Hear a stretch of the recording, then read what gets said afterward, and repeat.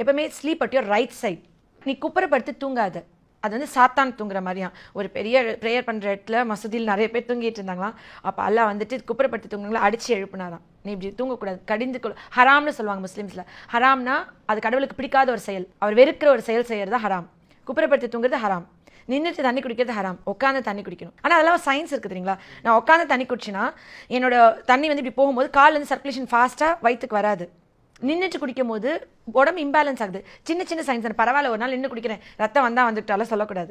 சாதாரணமாக நம்ம குப்புறப்படுத்தி தூங்கினோம்னா அப்டமினல் ப்ரெஷரில் நம்ம சாப்பிட்ட சாப்பாடு, ஆசிட், ரிஃப்ளெக்ஸ்லாம் எதுக்கழிச்சு வரலாம். எனக்கு ஒரு நெஞ்சு கறிக்கலாம், எனக்கு ஒரு இந்த மாதிரி ஒரு ரிஃப்ளெக்ஸஸ்லாம் ஆகாமல் தடுக்கிறதுக்காண்டியும் நல்ல டைஜஷன் ஈஸியாக என்னோட ப்ரெஷர் இல்லாமல் அப்டமனில் நான் படுத்து தூங்குறதுக்கும் அந்த ரைட் சைட். ஸோ இது வந்து நபிகள் நாயகம் அவர் சொன்ன பாயிண்ட் எடுத்துக்கிட்டு வலது பக்கமோ இல்லை இடது பக்கமோ திரும்பி படுத்து தூங்கலாம். சம்டைம்ஸ் நம்ம வந்துட்டு ரொம்ப பேக் பெயின் இருக்குது, மல்லாக்க படுக்கிறோன்னா இட்ஸ் ஓகே. ஆனால் குப்புறப்படுக்கிறது இட்ஸ் நாட் ஓகே. எக்ஸப்ட் நுரையீரல் ப்ராப்ளம் இருக்கிறவங்க, மூச்சுத்திணறல் இருக்கிறவங்க குப்புறப்படுக்கணும் அந்த டைம்.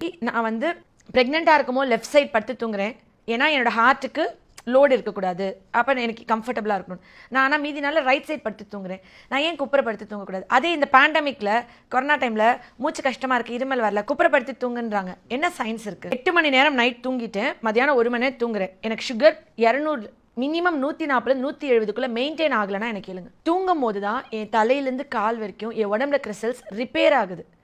தூக்கம்ன்றது ஒரு சாதாரணமாக 2 நாள் தூங்கல மச்சான், இல்லை நான் தூங்கலப்பா.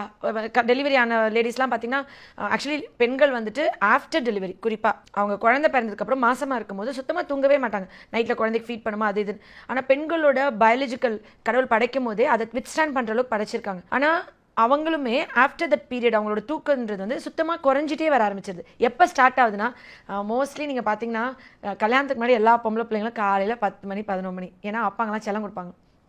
போகிற இடத்துல கஷ்டப்படுவா, அவள் தூங்கட்டும், நீ வந்து அவளை டிஸ்டர்ப் பண்ணாது, எழுப்பாதுன்னு சொல்லிட்டு. ஆம்பளை பசங்க எந்திரிச்சா தொல்லை பண்ணுவாங்கன்னு அம்மா தூங்கட்டும் எழுப்பாதீங்கன்னு அப்பாட்ட சொல்லிடுவாங்க. So mostly தூங்கியிருப்பாங்க.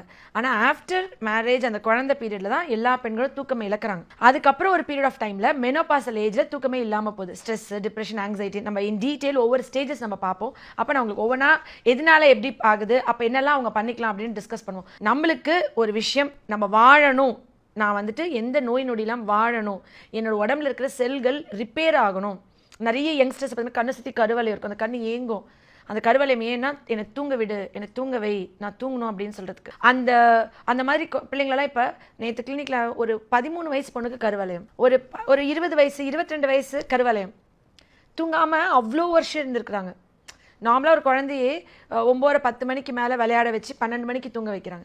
ஒரு 8:30 மணிக்கு தூங்க போயிட்டு ஒரு 9 10க்கு தூங்குறதுன்னு சொன்னால், இப்போ நம்ம சொன்னோன்னா இந்த வீடியோ பார்த்து இதெல்லாம் நடக்கிற காரியமாக நிஜமாகவே சிரிப்பாங்க. ஆனால் ஸ்லீப் இருக்குது. நான் படுத்த உடனே ஃபஸ்ட்டு 90 மினிட்ஸ் நல்லா ஆழ்ந்த தூக்கம் போவேன், அப்புறம் மிட் ஸ்லீப், அப்புறம் ரேப்பிட் ஐ மூமெண்ட் ஸ்லீப். அதாவது கண்ணு ஆடிட்டே இருக்கும், கனவு நிலையில் இருப்போம் விதிகாலையில் அந்த டைமில்.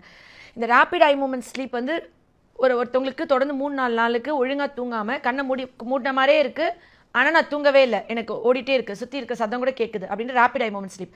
இந்த மாதிரி தொடர்ந்து 3 நாள் ஒரு ஆள் போயிட்டாங்கன்னா அதுக்கப்புறம் ரொம்ப டயர்ட், சோர்வு, மனப்பதட்டம், கோவம், அப்புறம் அழுகழுகியாக இருக்கிறது, ஒரு டிப்ரெஸ்டான ஒரு ஃபீலிங் வந்து அவங்களுக்கு வர ஆரம்பிச்சிடும். அந்த உடம்பு வந்து அதுக்கப்புறம் அவங்களால தாங்க முடியாது, அந்த தூக்கமின்மையோட பேட் எஃபெக்ட்ஸ் அவங்களால பியர் பண்ண முடியாது.